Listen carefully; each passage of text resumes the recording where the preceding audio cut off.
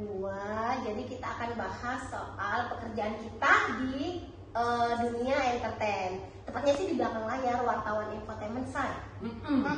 Nah, di sini udah ada tamu pertama gua, Nabila Aisyah Munif. Oke, kapan sih lu tepatnya terjun ke dunia infotainment?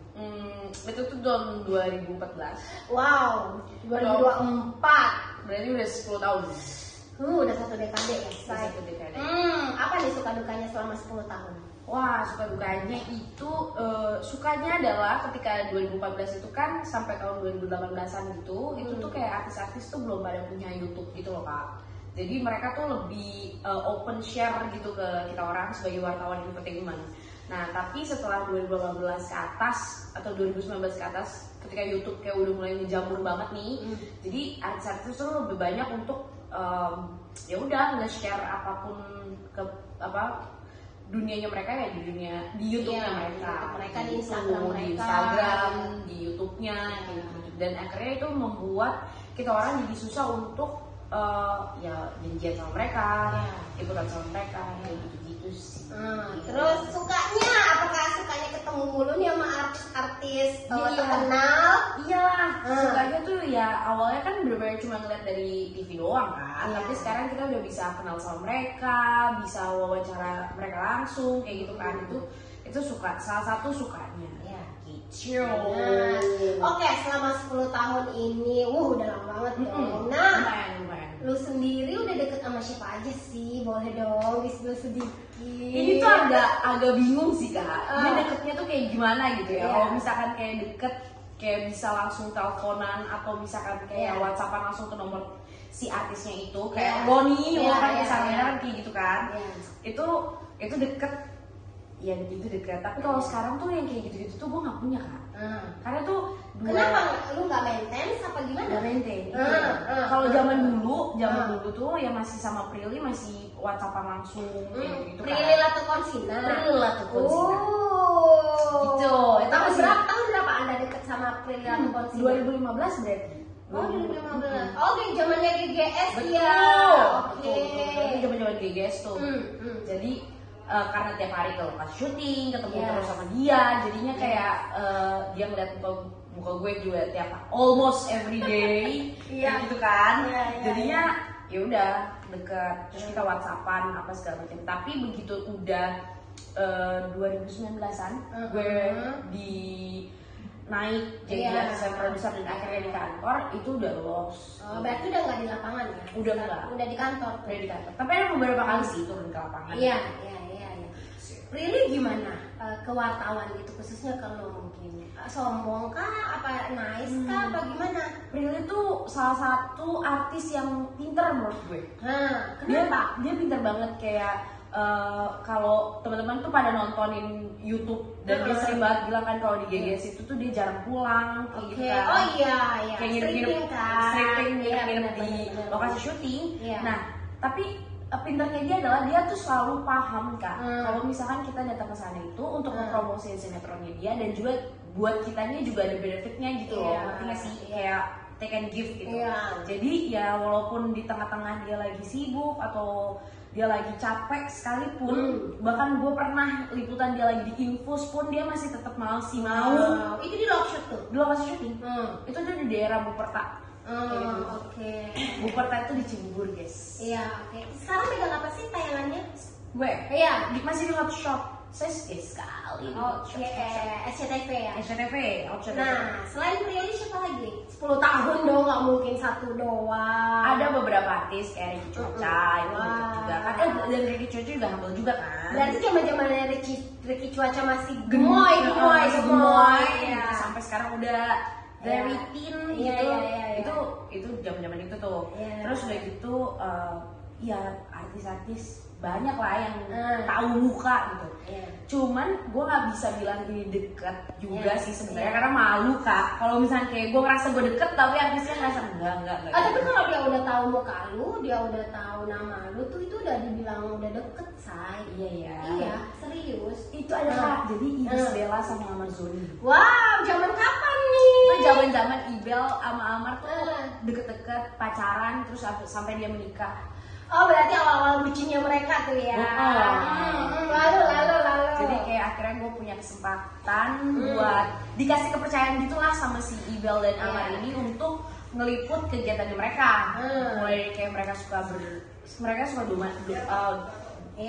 pergi gitu kayak donasi gitu kan ya, itu gue liputan eksklusif. Wow, buat Hotshot dong. Buat Hotshot. SCTV.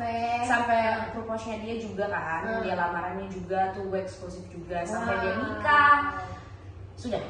Wow. Jadi ya itu persiapan. Gimana Ibel sama Amar? Sosok yang bagaimana?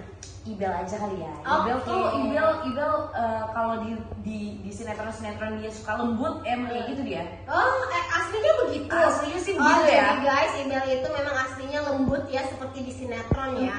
Kayak emang kalau ngomong tuh selalu pelan, selalu ya behave banget lah. Oke.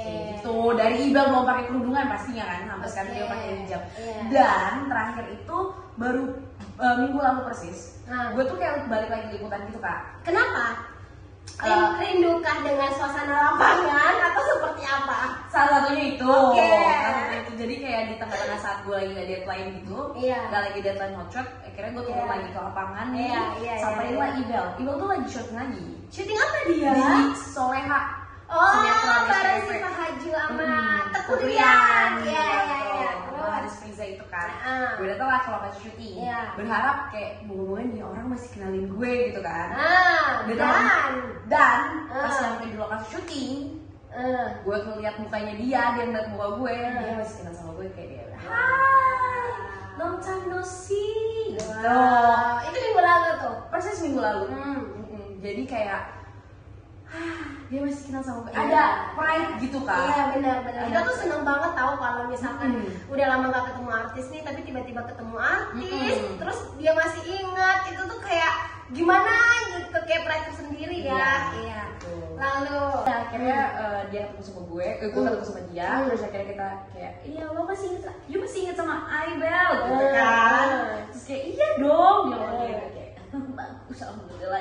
Ya udah nanti kita wawancara ya Bel gitu. Tetap. Iya. Oh iya boleh.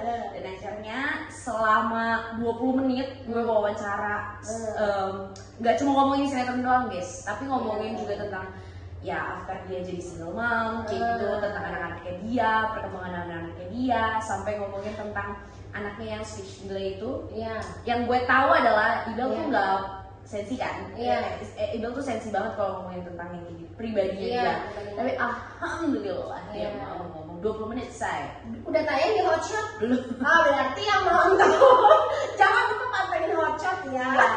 Jadi semua tuh buka-bukaan tuh curhat Ibel tuh. Iya. Sampai dia ngebahas masalah yang tulang punggung keluarga. Naskah yang lagi rame, naskah 500.000 dibahas nggak say? Tonton Hotshot ada di situ. Oh baik. Oke, balik lagi ke pekerjaan kita. Wartawan infotainment. Kan banyak tuh netizen yang memandang sebelah mata pekerjaan kita. Coba. Gimana setelah 10 tahun nih? Gimana sih? Itu parah sih. Maksud gue adalah netizen Indonesia, tolonglah kalian sadari bahwa apa yang kalian konsumsi selama ini, berita-berita yang kalian konsumsi selama ini tuh ya emang dari kita orang juga. Percaya deh, maksud gue gini, contoh yang paling terbaru nih, yang lagi happening banget tuh Sarwenda sama Ruben, yang akhirnya Ruben ngugat cerai Sarwenda.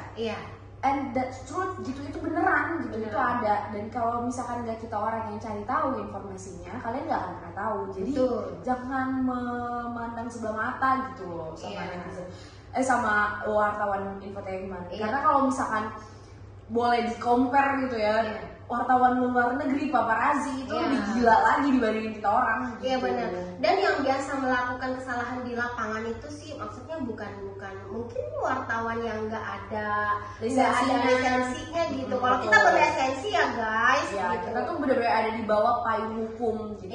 Karena nih buat kalian yang nggak tahu, banyak orang-orang yang nggak belajar, nggak sekolah jurnalis kayak gitu atau nggak, ya pokoknya nggak belajar tentang jurnalis gitu. Betul. Yang akhirnya tuh mereka tuh tiba-tiba ya jadi wartawan dadakan aja. Dan nggak punya pengalaman, nggak punya sekolah, tiba-tiba kan sekarang orang bisa nge-YouTube bisa jadi konten segala macam kan kayak gitu. Jadi biasa yang pertanyaan-pertanyaan yang dilontarkan itu yang kepada artis yang nggak masuk, hah kok wartawan ngomong gitu sih, kok nanyanya gitu sih, ya itu mungkin salah satu oknum ya say gitu. Kalau kita kan memang ada sekolahnya, ada kantornya resmi gitu loh. Jadi ya sudah deh, kalian buat para netizen Indonesia, come on, lo harus lebih banyak berpikir bahwa ya informasi yang kalian dapat juga dari kita. Iya. Oke. Oke deh. Terima kasih ngobrol-ngobrolnya. Ya udah, jadi Ibel sama Prilly masih kenal lu ceritanya nih. Masih tahu nih setelah beberapa tahun gak ketemu. Masih. Oh, berarti daya ingatnya mereka bagus ya. Iya. Nah, ya udah. Terima kasih cerita-ceritanya hari ini. Oke, terima kasih ya. Jangan lupa like, subscribe di channel ini. Terima kasih. Assalamualaikum. Bye-bye.